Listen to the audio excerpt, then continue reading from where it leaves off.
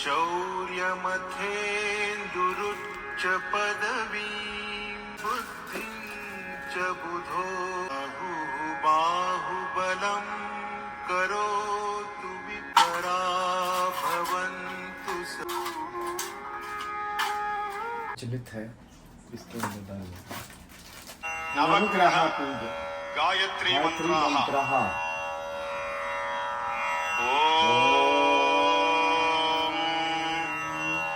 अश्वत्थजाय विद्महे पाशहस्ताय धीमहि तन्नः सूर्यः प्रचोदयात्। अश्वत्थजाय विद्महे पाशहस्ताय धीमहि तन्नः सूर्यः प्रचोदयात्। चंद्र गायत्री पद्मध्वजाय विद्महे हेमरूपाय धीमहि तन्नः सोमः प्रचोदयात्।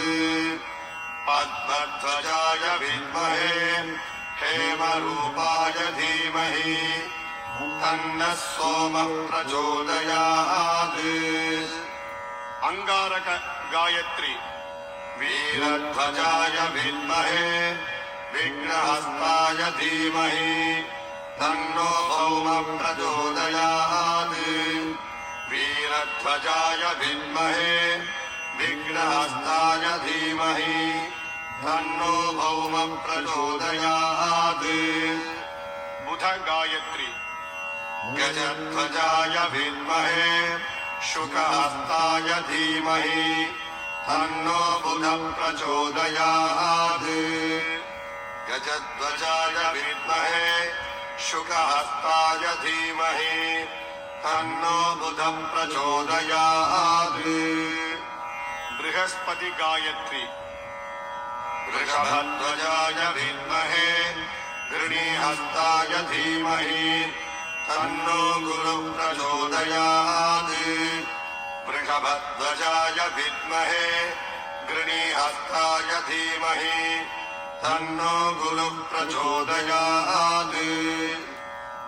शुक्र गायत्री अश्वत्थजाय विद्महे धनुर्हस्ताय धीमहि तन्नः शुक्रः प्रचोदयात्। अश्वत्थजाय विद्महे धनुर्हस्ताय धीमहि तन्नः शुक्रः प्रचोदयात्। शनैश्चर गायत्री काकध्वजाय विद्महे खड्गहस्ताय धीमहि तन्नो मन्दः प्रचोदयात्। काकध्वजाय विद्महे खड्गहस्ताय धीमहि तन्नो मन्दः प्रचोदयात्। राहु गायत्री नगध्वजाय विद्महे पद्महस्ताय धीमहि तन्नो राहुः प्रचोदयात्।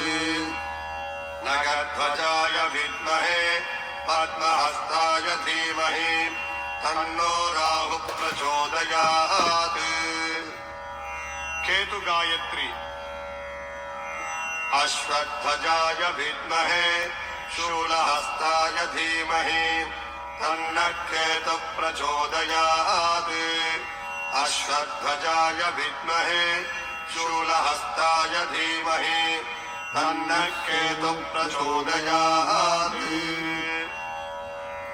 नवग्रह प्रदक्षिण मंत्राः ओम आदित्याय च सोमाय मंगलाय बुधाय च गुरु शुक्र शनिभ्यश्च राहवे केतवे नमः। आदित्याय च सोमाय मंगलाय बुधाय च गुरु शुक्र शनिभ्यश्च राहवे केतवे नमः। सूर्यारिष्टे तु सम्प्राप्ते सूर्यपूजां च कारयेत्।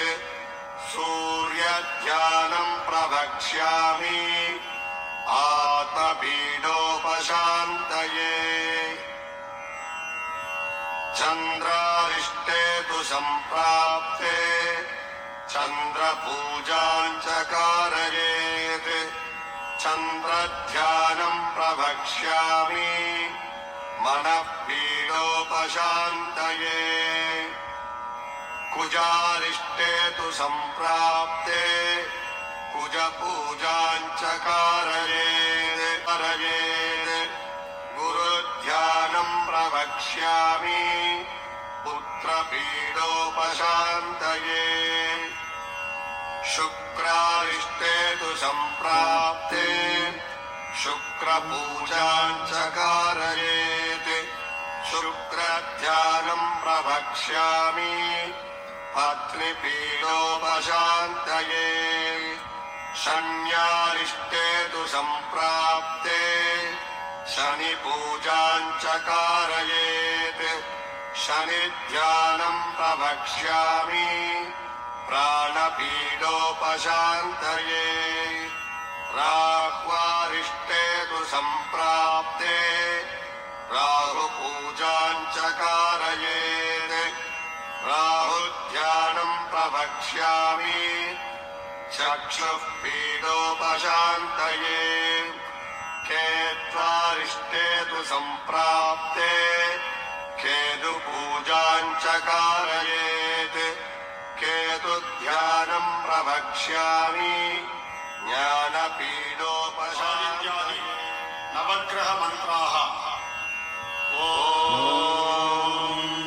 आकृष्टेन यज्ञस्य मन्त्रस्य हिरण्यस्थोपऋषिः सविता देवता तृष्टुप्छन्दः यजमानस्य अधिदेवता प्रत्यधिदेवता सहित सूर्यग्रहप्रसादसिद्ध्यर्थे सूर्यग्रह आराधने विनियोगः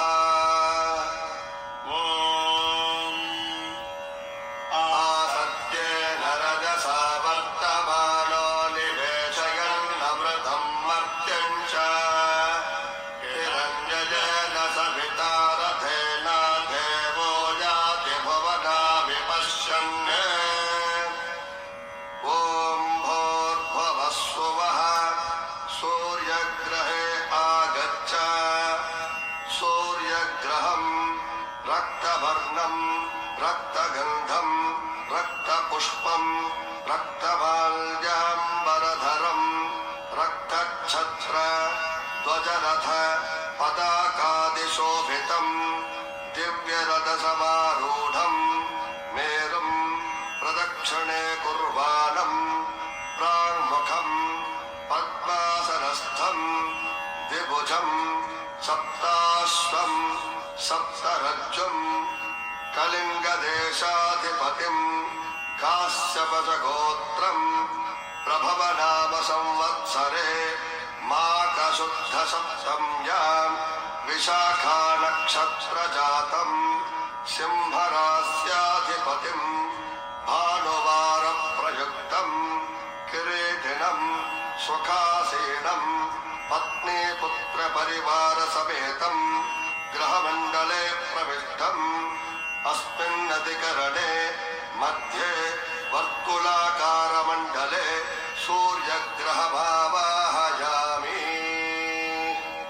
ॐ अग्निन्दोतं वृणीमहे होतारं विश्ववेदसम् अस्य यज्ञस्य सुकृतम् सूर्यग्रह अधिदेवताम् अग्निम् साङ्गम् सायुधम् सवाहनम् सशक्ति पत्नीपुत्र परिवारसमेतम् सूर्यग्रहस्य दक्षिणतः अग्निमावाहयामि स्थापयामि पूजयामि ॐ तद्रुद्राय प्रचेदसे मेढुत्तमाय तव्यसे वोचे वसन्तमगम् हृदे सूर्यग्रह प्रत्यधिदेवताम् रुद्रम् शाङ्गम् सायुधम् सवाहनम् सशक्ति पत्नीपुत्र परिवार समेतं सूर्यग्रहस्य उत्तरतः रुद्रमावाहयामि स्थापयामि पूजयामि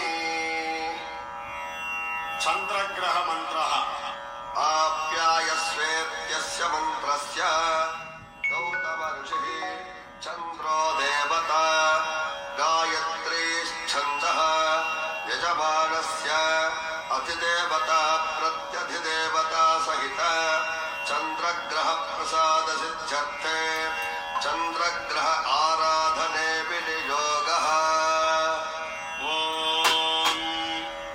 आप्यायस्व समेतुते विश्वतः सोमवृष्णियम् भवाजस्य सङ्गते ॐ भूर्भुवस्सुवः चन्द्रग्रहे आगच्छ चन्द्रग्रहं श्वेतवर्णं श्वेतगन्धं श्वेतपुष्पं श्वेतमाल्याम्बरधरं श्वेतच्छत्र ध्वजरथ पदाकादिशोभितं दिव्यरथसमारूढं मेरुं प्रदक्षिणे कुर्वाणं दशाश्वरथवाहनं प्रत्यन्मुखं द्विभुजं दण्डधरं यामिनीदेशाधिपतिम् आत्रेयसगोत्रम् आनन्दनाम संवत्सर कार्तीकशुद्ध चतुर्दश्यां कृत्तिका नक्षत्रजातं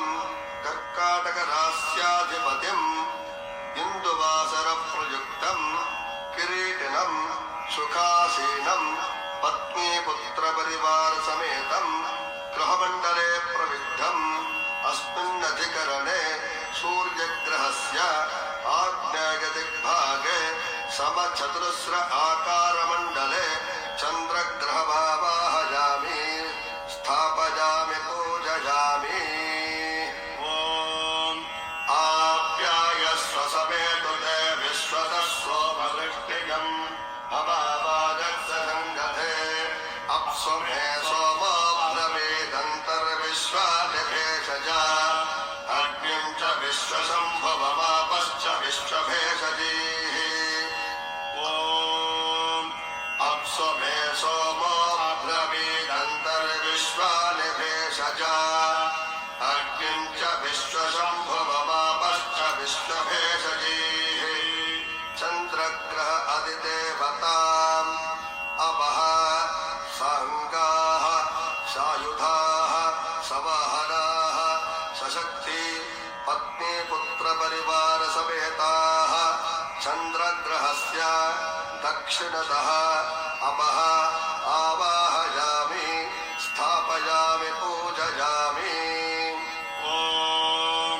गौरीमिमाय सलिलानि तक्षत्येकपदी द्विपदीशा जय गणेश देवा माता जगती पार्वती पिता महादेवा माता जगती पार्वती पिता महादेवा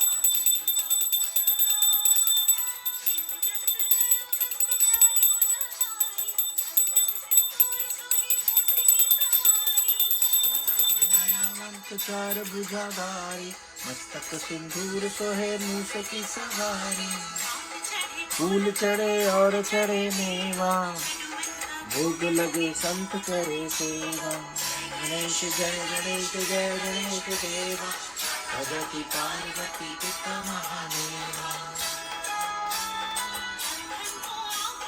घोड़िन को काया अंगन को पुत्र देत निर्धन को माया को आंख देत घोड़िन को काया बांझन को पुत्र देत निर्धन को माया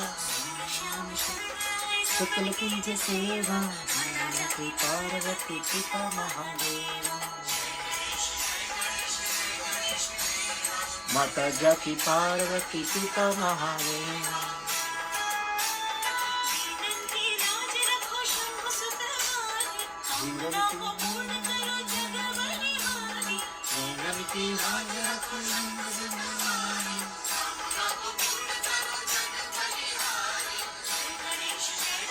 जय गणेश देवा माता जाकी पार्वती पिता महादेवा माता सती पार्वती पिता